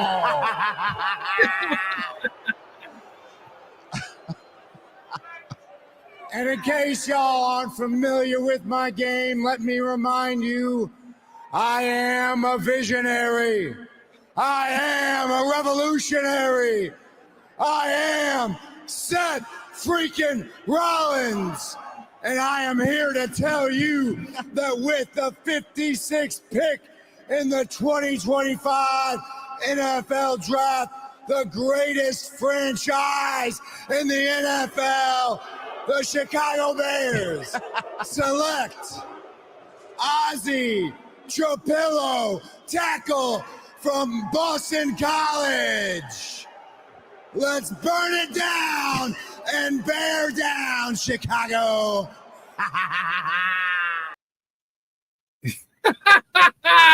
That was awesome. That was awesome. Hats off to Seth Rollins. Dude, that was great. That was great. And that clip courtesy of ESPN. That was great. Green Bay fans were pissed. You saw the guy in the mariachi outfit, the big hat. You saw the Detroit Lions fans. That was awesome. Awesome, awesome, awesome. Well, listen, guys, 2 hours has come and gone. I want to thank my guest, Lester Wiltfong Jr., for joining us, talking Bears football, recapping the draft. I hope you guys enjoyed it. It was a great, great show. I'm excited. Again, I think they could have, and should have taken a safety, but ni modo. It's neither here nor there now. It's just, I just think that's where the one issue that I have with this draft is they should have taken a safety. All right. Well, not the one issue. I think the other issue I have is the Isaac Trapillo when you could have gotten Ariante Ursary. Okay. Well, we'll see. We'll see how it plays out. We can't judge it. We can't judge it now. You know, I'll give Ben Johnson a lot more leeway now because we've seen Poles and his craziness. It's funny. Thank God Ryan Poles traded the third round pick to get back into the second because his third round picks sucked. And his first and second round picks have been pretty good. So for Gervon Dexter to corroborate with that statement, but anymore though, eh? But hey, guys, you have a phenomenal day. It is going to be 80 in the Chicagoland area. Okay, get out there. Get a walk. Enjoy this beautiful weather. Springtime is here. And I'm fired up. Reach out to your peoples. Let your loved ones know you love them because tomorrow is promised to no one. All right? Promised to no one. You know that. I tell you that every day. So reach out, send a text message, send a voice memo, something to some of your people, to your peoples, your close ones, your friends, and set up a time for lunch, for brunch, for dinner, for drinks, for happy hours, whatever. All right? Because life moves pretty fast. If you don't slow down and take a look, don't slow down and look around, you could miss it. All right? So I'm going to replay this at 6 tonight at 12:15. All right? Second City Sports with Lakina McGee and Sydney Brown are going to take you on another 2-hour tour of Chicago sports talk. All right. So for everyone here at Chicago, it's Sports Zone Chicago, guys, I'm your boy, the SuperBack, Shawn Sierra. You have a phenomenal day. Jeremiah. You have a good day, mijo. I'll stop by and see you guys soon. But from everyone here at Sports Zone Chicago, I'm your boy, the SuperBack, Shawn Sierra. Your boy is out.